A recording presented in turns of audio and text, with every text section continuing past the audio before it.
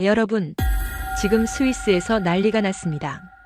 한 명문고 학생 12명이 한국 다녀온 후 집에서 이런 말을 했거든요.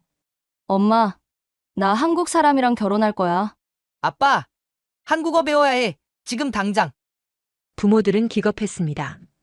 일주일 전만 해도 한국은 싫다던 애들이 갑자기 이러니까요.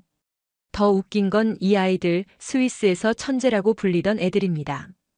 그런데 한국 가서 뭘 봤길래 이렇게 변한 걸까요? 학교 선생님들도 당황했어요. 수업 시간에 한국 이야기만 하고 쉬는 시간엔 한국 노래만 흥얼거리고 극단적으로 변한 건 한두 명이 아닙니다. 한국에서 도대체 뭘 본 건지 그 놀라운 7일의 기록을 지금부터 공개합니다. 시작에 앞서 좋아요와 구독 감사합니다.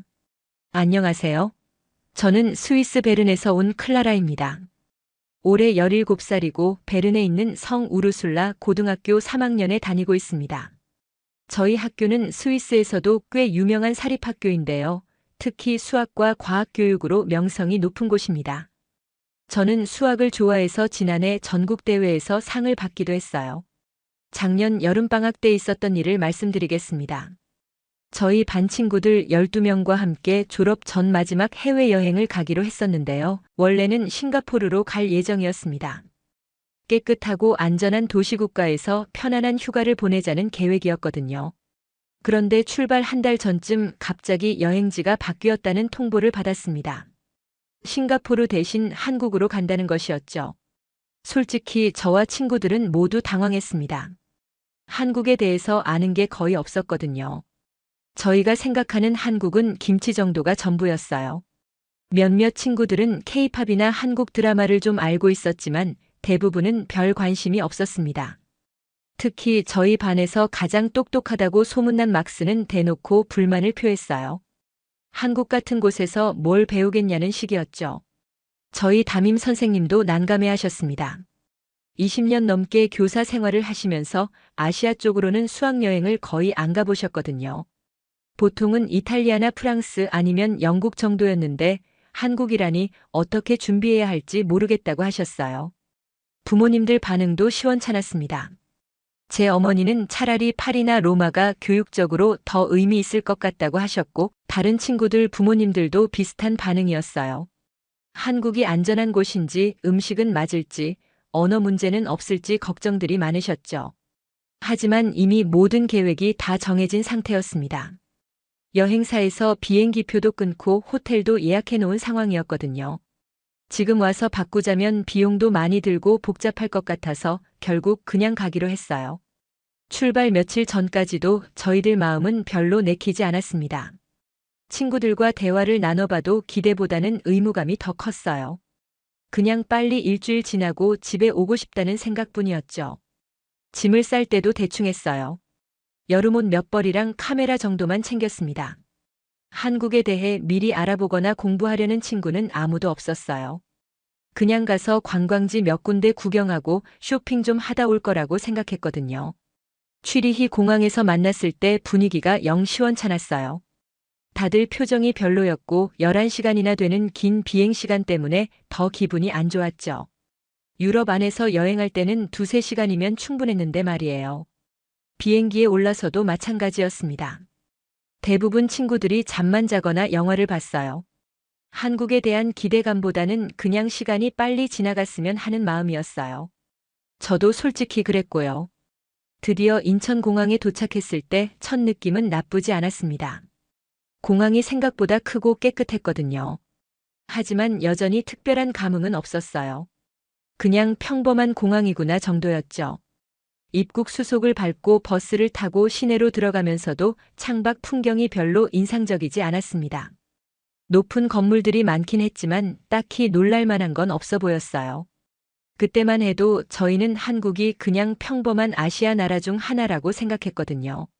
첫날 호텔에 도착해서 짐을 풀고 저녁을 먹을 때까지도 마찬가지였습니다. 빨리 일주일 지나서 집에 가고 싶다는 생각뿐이었어요. 하지만 그때는 정말 몰랐습니다. 앞으로 7일 동안 저희에게 일어날 엄청난 변화를 말이에요. 지금 돌이켜보면 그 첫날이 제 인생을 완전히 바꾼 여행의 시작이었다는 걸 깨닫게 됩니다. 첫날 밤 호텔에서 잠을 이루지 못했습니다. 시차 때문이기도 했지만 낯선 환경 탓도 있었죠. 새벽 2시쯤 되어서야 포기하고 일어났는데 창밖을 내다보니 이상한 광경이 펼쳐져 있었습니다. 호텔 맞은편 건물에 불이 켜져 있는 방들이 여러 개 보였는데 자세히 보니 사람들이 책상에 앉아 뭔가 하고 있었어요. 호기심이 생겨서 친구 몇 명을 깨워 함께 호텔 근처를 산책해 보기로 했습니다. 막스와 안나 그리고 페터까지 총 4명이 조용히 호텔을 나섰죠. 밖으로 나가보니 정말 신기했습니다. 새벽 2시인데도 거리에 사람들이 있었고 편의점에는 불이 켜져 있었어요. 길을 걷다 보니 한 건물에서 특히 많은 불빛이 새어나오고 있었습니다. 가까이 가보니 독서실이라는 간판이 달려 있었어요. 24시간 운영한다고 적혀 있더군요. 스위스에서는 상상도 할 수 없는 일이었습니다. 밤 10시면 모든 가게가 문을 닫는데 말이에요. 더욱 놀라운 건 그 독서실 안에 정말 많은 학생들이 앉아서 공부하고 있다는 것이었습니다. 창문 너머로 살짝 들여다보니 저희와 비슷한 나이로 보이는 학생들이 책과 씨름하고 있었어요. 어떤 학생은 졸음을 참으며 수학 문제를 풀고 있었고 어떤 학생은 영어 단어를 외우고 있었습니다. 안나가 궁금해서 독서실 관리인에게 물어봤더니 이런 모습이 한국에서는 평범한 일상이라고 하더군요. 특히 고등학생들은 새벽까지 공부하는 것이 당연하다고 했어요. 저희는 깜짝 놀랐습니다. 스위스에서는 밤 11시면 거의 모든 학생들이 잠자리에 들거든요. 계속 걸어가다 보니 학원가라는 곳을 발견했습니다.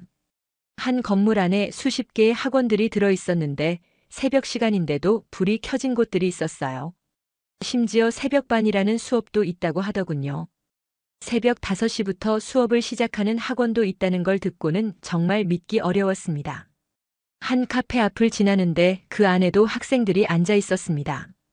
커피를 마시면서 공부하는 모습이었어요. 카페 직원에게 물어보니 24시간 운영하는 스터디 카페라고 하더군요. 학생들이 밤새워 공부할 수 있도록 만든 곳이라고 했어요. 저희는 정말 충격을 받았습니다. 스위스에서는 공부를 열심히 한다고 해봐야 하루에 3시간, 많아봐야 4시간 정도인데 여기 학생들은 밤을 새워가며 공부하고 있었거든요. 그것도 억지로가 아니라 자연스럽게 말이에요. 특히 안나가 많이 놀랐습니다. 저희 중에서 가장 공부를 열심히 한다고 생각했는데 한국 학생들에 비하면 아무것도 아니라는 생각이 들었다고 하더군요. 막스도 마찬가지였어요. 자신이 수학 천재라고 생각했는데 여기서는 그런 자신감이 조금씩 흔들리기 시작했다고 했습니다. 호텔로 돌아가는 길에 편의점에 들렀는데 거기서도 놀라운 광경을 봤습니다. 밤늦은 시간인데도 직장인들이 도시락을 사서 먹고 있었어요. 야근을 하고 나서 집에 가는 길이라고 하더군요. 한국 사람들의 성실함과 근면함을 직접 눈으로 확인할 수 있었습니다. 새벽 4시가 되어서야 호텔로 돌아왔는데 그때까지도 거리에는 사람들이 있었습니다. 새벽 배송을 하는 택배 기사님들, 출근 준비를 하는 직장인들, 그리고 여전히 공부하러 가는 학생들까지. 한국이라는 나라가 정말 24시간 돌아가고 있다는 걸 실감했습니다. 그날 밤의 경험은 저희에게 첫 번째 충격을 주었습니다. 한국 사람들의 열정과 성실함을 직접 본 것이죠. 스위스에서는 경험할 수 없었던 모습들이었습니다. 잠자리에 들면서도 계속 그 광경들이 머릿속에서 떠나지 않았어요. 둘째 날 아침 저희는 서울의 한 고등학교를 방문하게 되었습니다.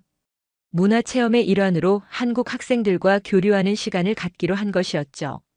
강남에 있는 대치고등학교라는 곳이었는데 한국에서도 꽤 유명한 학교라고 하더군요. 학교에 도착하자마자 느낀 것은 분위기가 정말 진지하다는 것이었습니다. 복도를 걸어가는 학생들의 표정이 모두 집중되어 있었고 쉬는 시간에도 대부분 공부하고 있었어요. 스위스 학교에서는 쉬는 시간이면 모두 떠들거나 장난치는데 여기는 정말 달랐습니다. 저희가 방문한 3학년 교실에서는 수학 수업이 진행되고 있었습니다. 선생님이 칠판에 적어놓은 문제를 보는 순간 깜짝 놀랐어요. 스위스에서라면 대학교 1학년에서나 배울 법한 미적분 문제였거든요. 그런데 한국 학생들은 별로 어려워하는 기색 없이 문제를 풀고 있었습니다. 더욱 놀라운 것은 학생들이 손을 들고 발표하는 모습이었습니다. 문제를 푸는 방법을 설명하는데 정말 체계적이고 논리적이었어요. 저희도 수학을 잘한다고 생각했는데 그 수준에는 못 미치는 것 같았습니다. 수업이 끝난 후 담당 선생님이 제안하셨습니다. 한국 학생들과 스위스 학생들이 간단한 수학 문제 대결을 해보는 것은 어떻겠냐고 말이에요. 저희는 자신 있게 받아들였습니다. 특히 막스는 자신만만했어요. 스위스에서 수학 천재로 불렸으니까요. 문제는 고등학교 수준의 미적분과 확률 문제였습니다. 시간은 30분, 총 5문제였어요. 한국 학생 5명과 저희 중에서 5명이 대결하기로 했습니다. 저와 막스, 안나, 페터 그리고 루카가 나섰죠. 문제를 받아보는 순간부터 당황스러웠습니다. 분명 고등학교 수준이라고 했는데 스위스에서 배운 것보다 훨씬 어려웠어요. 첫 번째 문제부터 막혔습니다. 미적분의 응용 문제였는데 접근 방법을 찾기가 어려웠어요. 반면 한국 학생들은 차분하게 문제를 풀어나가고 있었습니다. 펜을 움직이는 손길이 자연스러웠고 중간중간 계산하는 모습도 체계적이었어요. 저희는 점점 초조해졌습니다. 결과는 참담했습니다. 한국 학생들은 5문제 중 평균 4문제를 맞췄는데 저희는 평균 1.5문제밖에 맞히지 못했어요. 특히 막스가 큰 충격을 받았습니다. 스위스에서는 수학 천재라고 불렸는데 여기서는 평범한 학생에게도 밀렸거든요. 한국 학생 중 한 명인 김서준이라는 친구가 문제풀이 과정을 설명해 줬습니다. 정말 놀라웠어요. 같은 나이인데도 수학적 사고력이 저희보다 훨씬 뛰어났습니다. 문제를 보는 관점부터가 달랐어요. 김서준은 하루에 보통 14시간 정도 공부한다고 했습니다. 그 중에서 수학만 4시간 정도 한다고 하더군요. 스위스에서 저희가 하루 전체 공부 시간보다 수학만 더 많이 하는 셈이었습니다. 점심시간에 다른 한국 학생들과 이야기를 나눠보니 더욱 놀라웠습니다. 대부분의 학생들이 초등학교 때부터 수학학원을 다녔다고 했어요. 그것도 한 곳이 아니라 여러 곳을 다니면서 실력을 쌓았다고 하더군요. 특히 인상적이었던 것은 그들의 목표 의식이었습니다. 모두 명확한 대학 진학 목표가 있었고 그를 위해 체계적으로 공부 계획을 세워놓고 있었어요. 스위스에서는 대학 진학이 그리 어렵지 않은데 여기서는 정말 치열한 경쟁이었습니다. 그날 오후 내내 저희는 충격에서 헤어나오지 못했습니다. 지금까지 자랑스러워했던 실력이 별것 아니라는 걸 깨달았거든요. 특히 막스는 말을 거의 하지 않았어요. 자존심에 큰 상처를 받은 것 같았습니다. 저희 담임 선생님도 놀라셨습니다. 같은 나이 학생들의 실력 차이가 이렇게 클 줄은 몰랐다고 하시더군요. 한국 교육의 수준을 직접 확인하신 것이죠. 그날 밤 호텔에서 친구들과 이야기를 나눴는데 모두 비슷한 심정이었습니다. 지금까지 우물 안개구리였다는 걸 깨달았다고 했어요. 한국 학생들의 실력을 보니 정말 부끄러웠다고 하더군요. 셋째 날에는 한국의 대기업들을 견학하는 일정이 있었습니다. 첫 번째로 방문한 곳은 삼성전자 서초사옥이었어요. 세계적인 기업이라는 건 알고 있었지만 직접 가보니 규모가 정말 대단했습니다. 안내를 받아 연구개발 부서를 둘러보게 되었는데 거기서 놀라운 광경을 목격했습니다. 20대 초반으로 보이는 젊은 엔지니어들이 최첨단 기술 개발에 몰두하고 있었거든요. 스위스에서라면 대학을 갓 졸업한 나이인데 이미 중요한 프로젝트를 맡고 있었어요. 한 젊은 엔지니어와 대화할 기회가 있었습니다. 박민수라는 26살 직원이었는데 반도체 설계 분야에서 일한다고 했어요. 그의 업무 내용을 들어보니 정말 놀라웠습니다. 대학에서 배우는 수준을 훨씬 뛰어넘는 고도의 기술을 다루고 있었거든요. 더욱 인상적이었던 것은 그의 근무 태도였습니다. 보통 오전 8시에 출근해서 밤 10시까지 일한다고 했어요. 하루 14시간씩 일하는 셈이었죠. 스위스에서는 오전 9시에 출근해서 오후 5시면 퇴근하는데 정말 다른 세계였습니다. 그런데 놀라운 것은 그가 힘들어하지 않는다는 점이었습니다. 오히려 일이 재미있다고 했어요. 새로운 기술을 개발하고 세계 최고의 제품을 만든다는 자부심이 있다고 하더군요. 야근을 해도 보람을 느낀다고 했습니다. 다음으로 방문한 곳은 네이버 본사였습니다. 한국의 대표적인 인터넷 기업이라고 하더군요. 여기서도 비슷한 모습을 볼 수 있었어요. 젊은 개발자들이 밤늦게까지 프로그램 개발에 몰두하고 있었습니다. 특히 인상적이었던 것은 한 팀의 야근 모습이었습니다. 새로운 서비스를 출시하기 위해 밤 12시까지 작업한다고 했어요.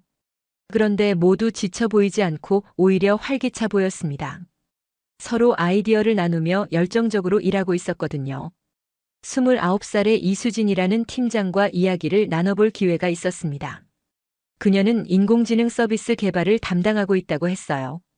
하루 평균 12시간씩 일한다고 했는데 그 이유를 묻자 흥미로운 대답을 들을 수 있었습니다. 한국은 자원이 부족한 나라라 사람이 자원이라고 했어요. 그래서 더 열심히 일해야 한다는 의식이 있다고 하더군요. 또한 빠르게 변화하는 기술 환경에서 뒤처지지 않으려면 계속 공부하고 노력해야 한다고 했습니다. 저희 중 일부는 이런 모습을 보고 우려를 표하기도 했습니다. 안나는 이렇게 일만 하면 개인 시간은 언제 갖느냐고 물었어요. 패턴은 일과 삶의 균형이 중요한데 너무 일에만 매달리는 것 같다고 했습니다. 하지만 한국 직장인들의 대답은 달랐습니다. 물론 힘들기도 하지만 성취감이 더 크다고 했어요. 자신들이 만든 제품이 전 세계에서 사용되는 것을 보면 보람을 느낀다고 하더군요. 그리고 젊을 때 열심히 해야 나중에 더 좋은 기회를 잡을 수 있다고 했습니다. 마지막으로 방문한 곳은 스타트업 집중 지역인 강남역 근처였습니다. 작은 사무실들이 모여 있는데 각각이 모두 새로운 기업들이라고 했어요. 젊은 창업가들이 밤늦게까지 사업 아이디어를 현실로 만들기 위해 노력하고 있었습니다. 한 스타트업 대표인 28살 김태현 씨와 대화를 나눴는데 정말 인상적이었어요. 대학을 졸업하자마자 창업을 했다고 했습니다. 실패할 위험이 있어도 도전하는 것이 중요하다고 하더군요. 안정적인 대기업 취업보다 창업을 선택한 이유가 바로 그것이었습니다. 그날 견학을 마치고 돌아가는 길에 저희들 사이에서 처음으로 의견이 갈리기 시작했습니다. 막스와 루카는 한국 사람들의 근면함에 감동했다고 했어요. 반면 안나와 패턴은 여전히 너무 과도한 것 같다고 했습니다. 저는 중간 정도의 생각이었어요. 분명 한국 사람들의 열정은 대단했지만 개인의 행복도 중요하다고 생각했거든요. 하지만 그들이 불행해 보이지는 않았어요. 오히려 자부심을 가지고 일하는 모습이었습니다. 그날 밤 호텔에서 늦게까지 토론이 이어졌습니다. 한국식 근무 문화에 대해서 말이에요. 찬반 의견이 엇갈렸지만 모두 한국 젊은이들의 실력과 열정에는 감탄했습니다. 스위스에서는 볼 수 없는 모습들이었거든요. 넷째 날 오후 저희는 서울대학교를 방문했습니다. 한국 최고의 대학이라고 하더군요. 캠퍼스가 정말 크고 아름다웠는데 특히 중앙도서관의 규모에 놀랐습니다. 스위스 어느 대학보다도 컸어요. 도서관 안으로 들어가니 정말 많은 학생들이 공부하고 있었습니다. 층마다 가득 찬 열람석에서 학생들이 조용히 책과 씨름하고 있었어요. 오후 시간인데도 빈자리를 찾기 어려울 정도였습니다.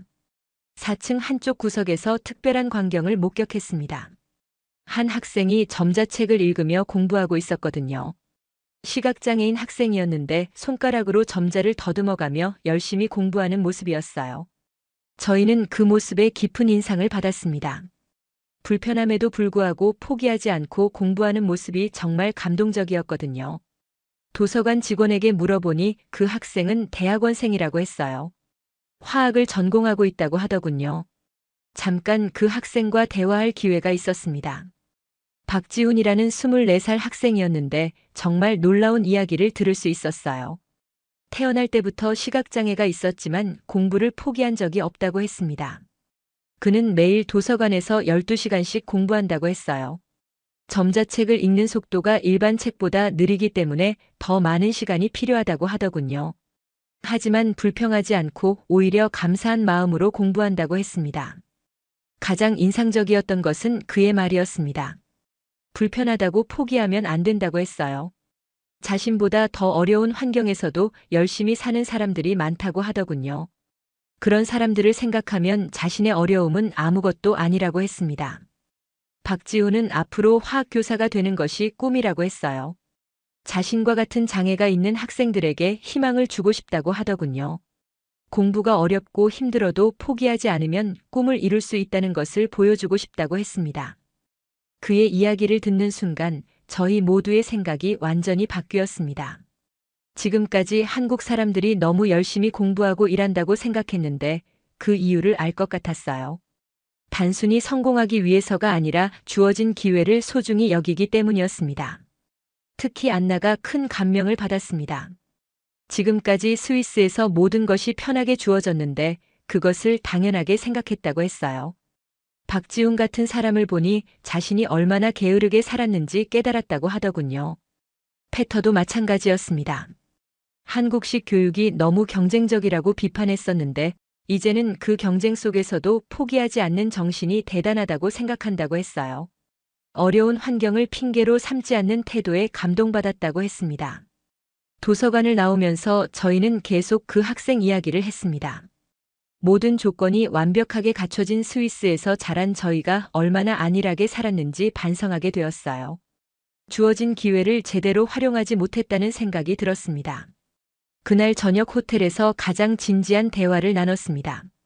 한국에 와서 본 모든 것들에 대해서 말이에요.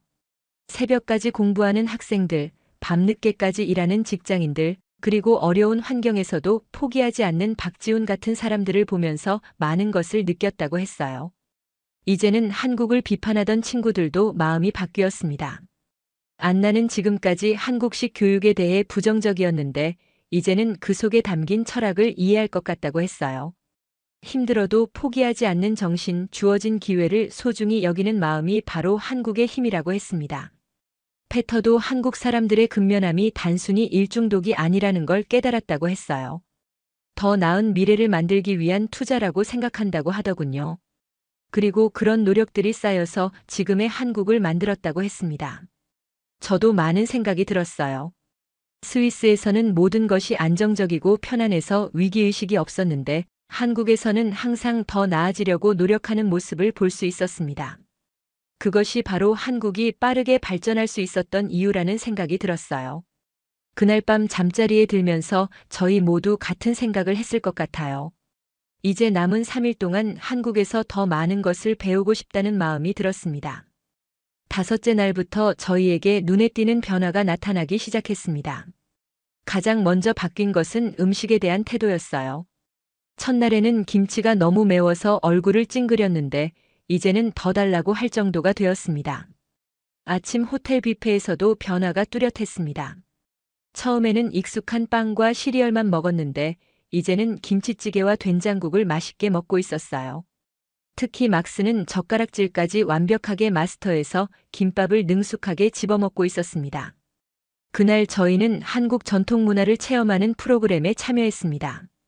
인사동이라는 곳에서 한국 서예를 배우고 한글의 원리에 대해 설명을 들었어요. 처음에는 단순히 문화체험 정도로 생각했는데 한글의 과학적인 구조를 알고는 모두 깜짝 놀랐습니다. 한글을 만든 세종대왕의 이야기를 들으면서 감동을 받았습니다. 백성들이 쉽게 배울 수 있도록 글자를 만들었다는 이야기가 정말 인상적이었어요. 사람을 생각하는 마음이 담긴 글자라는 설명에 안나는 눈시울이 붉어지기까지 했습니다. 서예 체험에서는 각자 자신의 이름을 한글로 써보았습니다. 처음에는 서툴렀지만 점점 익숙해졌어요. 루카는 한글이 정말 아름다운 글자라며 계속 연습했습니다. 집에 가서도 한글 공부를 하고 싶다고 하더군요. 오후에는 한복 체험을 했습니다. 처음에는 어색해했지만 한복을 입고 거울을 보니 모두 신기해했어요. 한복의 우아한 선과 아름다운 색깔에 감탄했습니다. 특히 여자친구들은 한복이 정말 예쁘다며 사진을 많이 찍었어요. 한복을 입고 경복궁을 구경하는데 많은 한국 사람들이 저희를 보고 반갑게 인사해 주었습니다. 외국인이 한복을 입으니 좋아한다며 같이 사진도 찍어 주었어요.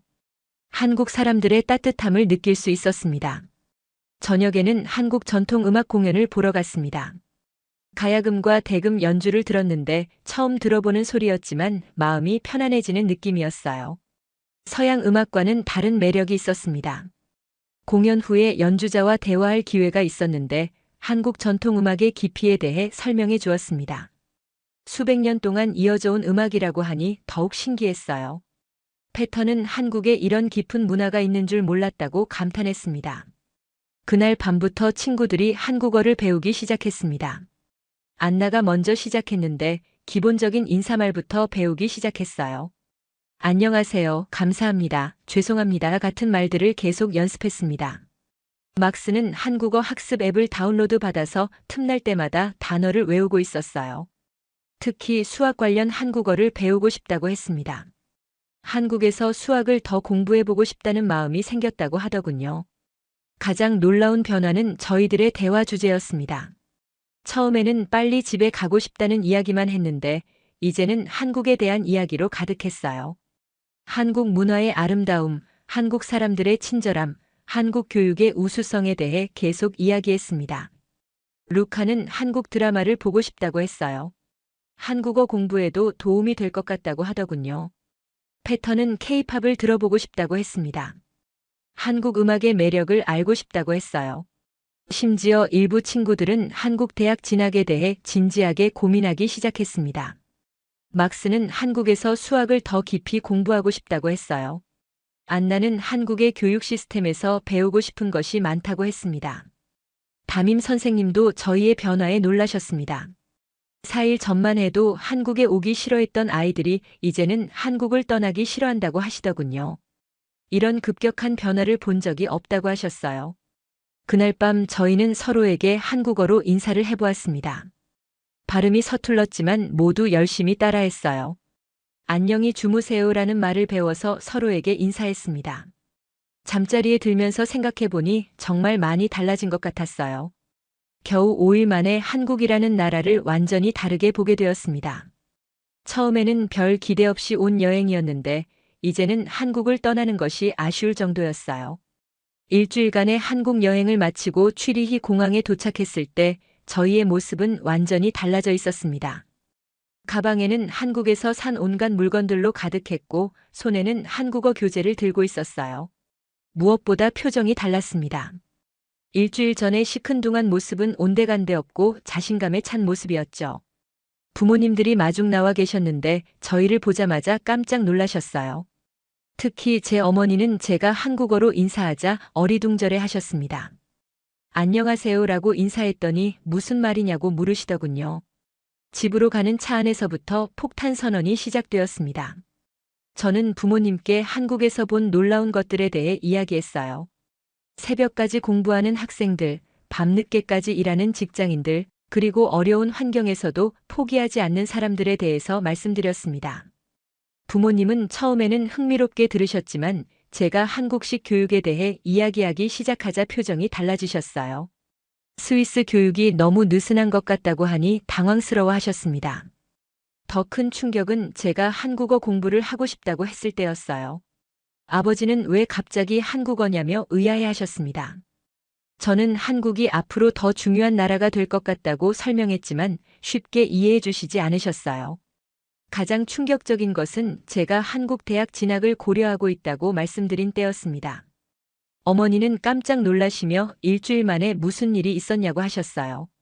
스위스에 좋은 대학들이 많은데 굳이 한국까지 가야 하느냐고 하셨습니다. 다른 친구들 집에서도 비슷한 일이 벌어졌습니다. 막스는 부모님께 한국에서 수학을 더 공부하고 싶다고 했는데 부모님이 기겁을 하셨다고 하더군요. 안나는 한국 음식만 먹겠다고 해서 부모님이 당황했다고 했어요. 가장 극단적인 반응을 보인 것은 루카의 부모님이었습니다. 루카가 한국어 과외를 받고 싶다고 하자 무슨 마법에 걸렸냐며 화를 내셨다고 해요. 일주일 전만 해도 한국 가기 싫어하던 아이가 갑자기 이러니 이해할 수 없으셨던 거죠. 학교에서도 난리가 났습니다. 월요일 첫 수업 시간에 저희가 한국 이야기만 하니까 다른 학생들이 신기해했어요. 특히 저희가 한국어로 서로 인사하는 모습을 보고는 정말 놀랐습니다.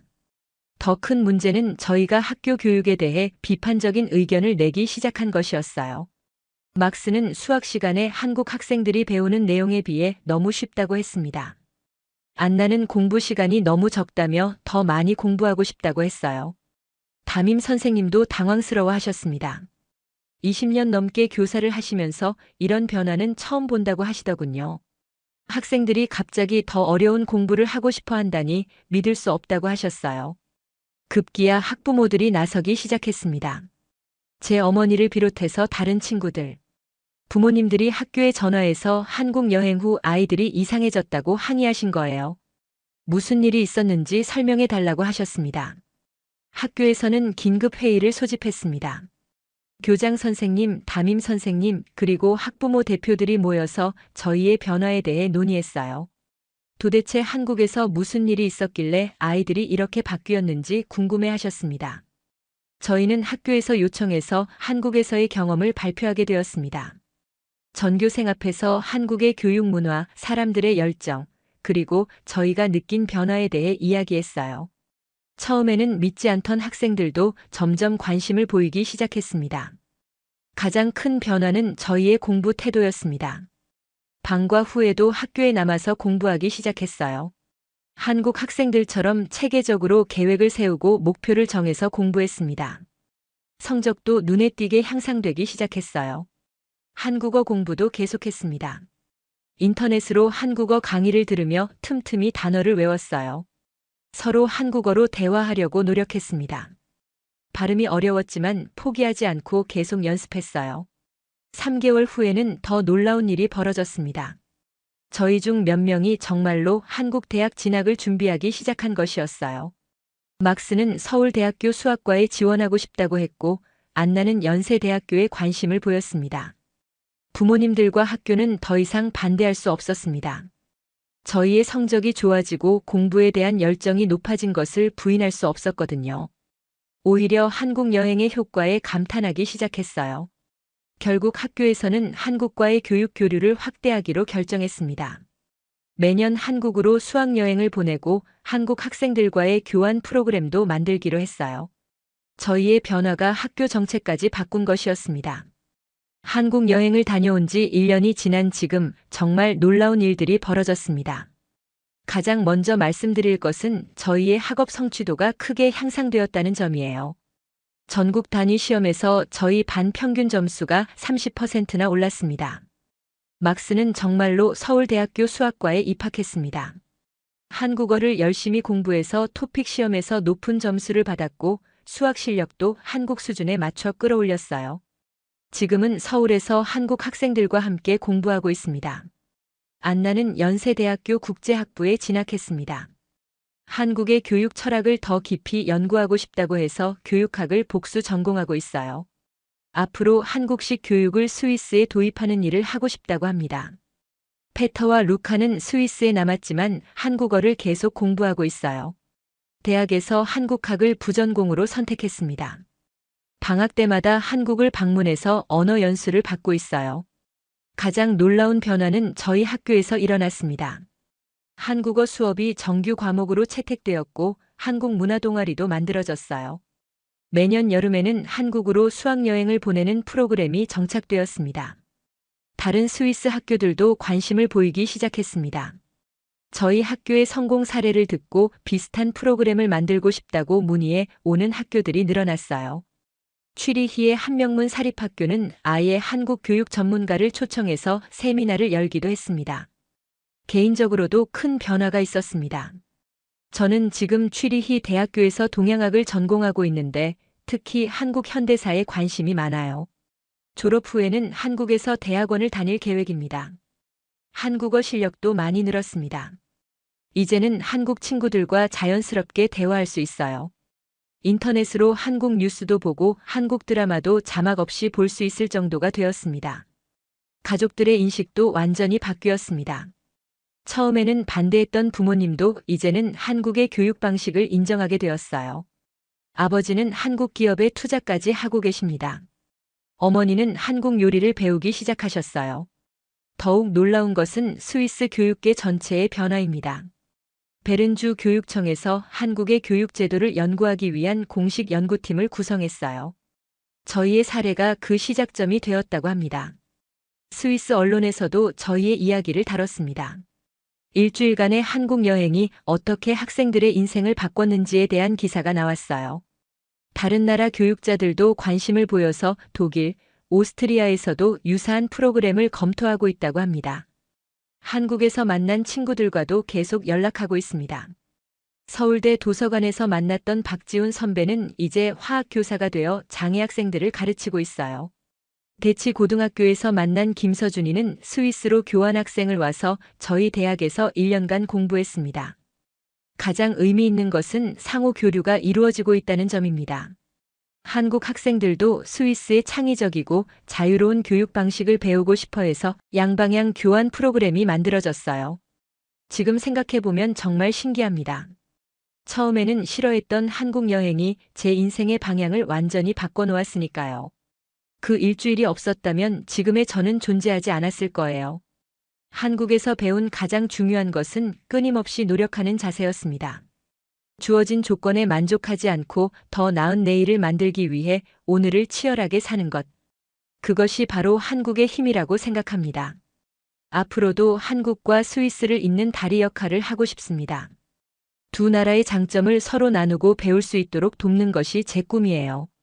그 작은 시작이 바로 일주일간의 한국 여행이었다고 생각하니 정말 감사한 마음입니다. 지금도 가끔 그때를 떠올리면 가슴이 뜨거워집니다.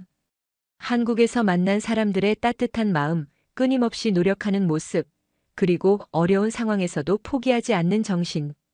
그 모든 것들이 저를 지금의 모습으로 만들어 주었습니다.